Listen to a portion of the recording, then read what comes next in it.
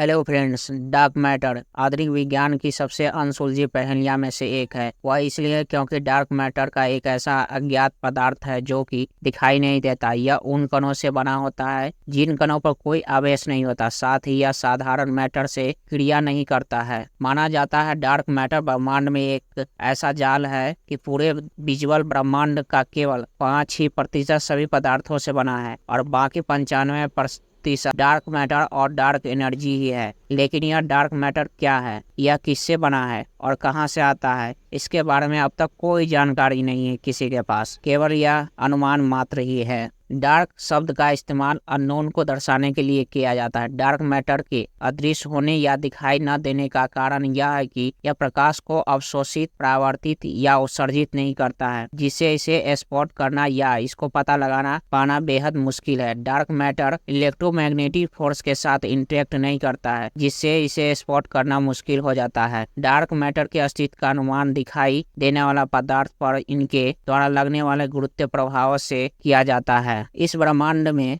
Component पर इसके गुरुत्वाकर्षण प्रभाव के कारण डार्क मैटर महत्वपूर्ण है। इसके गुरुत्वाकर्षण प्रभाव से पूरे ब्रह्मांड की बड़े पैमाने पर संरचना, आकाश गंगाओं के घूर्णन आदि को समझने के लिए मदद करते हैं। डार्क मैटर का गुरुत्वाकर्षण ब्रह्मांड के उन महत्वपूर्ण तत्वों को धारण करने की अनुमति देने के लिए एक महत्वपूर्ण शर्त है जिन्होंने जीवन और रहने का योग्य ग्रहों का जन्म दिया, जैसे पृथ्वी। डार्क मैटर की उपस्थिति के बिना जीवन का अस्तित्व संभव नहीं है। आकाश गंगाओं के कुछ समूहों में आकाश गंगा के बीच का स्थान इतनी गर्म गैसों से भरा होता है कि वैज्ञानिक इसे विजुअल लाइट टेलीस्कोप से देख नहीं सकते हैं। इन गैसों को केवल एक्सरे या गामा किरणों के रूप में देखा जा सकता है। डार्क एनर्जी और डार्क मैटर में क्या अंतर है? कुछ वैज्ञानिक के अनुसार यह ब्रह्मांड 15 अरब साल पहले बिग बैंग के परिणाम स्वरूप बना है और बिग बैंग के बाद यह ब्रह्मांड लगातार बढ़ती दर से विस्तार कर रहा है या फैल रहा है। वैज्ञानिक के मुताबिक ब्रह्मांड के इसके निरंतर विस्तार के पीछे कारण डार्क एनर्जी नामक एक बल है। हालांकि सिद्धांतकार अभी तक इसे पुष्टि नहीं किया है। डार्क एनर्जी की सही व्याख्या क्या है, यह अब तक पूर्ण रहस्य है। इसके विपरीत डार्क मैटर की भूमिका हमारे ब्रह्मांड को एक साथ बांधने की है। डार्क मैटर ऐसे कण होते हैं जिन्हें टेलीस्कोप से नहीं देखा जा सकता, लेकिन इसके आसपास का गुरुत्वाकर्षण प्रभाव, उनके द्वारा उत्सर्जित एक्सरे पहचाने जा सकते हैं। इस प्रकार से डार्क मैटर एक आकर्षक शक्ति के रूप में कार्य करता है जो हमारे ब्रह्मांड को एक साथ रखता है। ऐसा इसलिए है क्योंकि डार्क मैटर गुरुत्वाकर्षण के साथ इंटरेक्ट करता है, लेकिन फिर भी यह प्रकाश को प्रतिबिंबित, अवशोषित या उत्सर्जित नहीं करता है। जबकि डार्क एनर्जी एक प्रतिकारक बल है, एक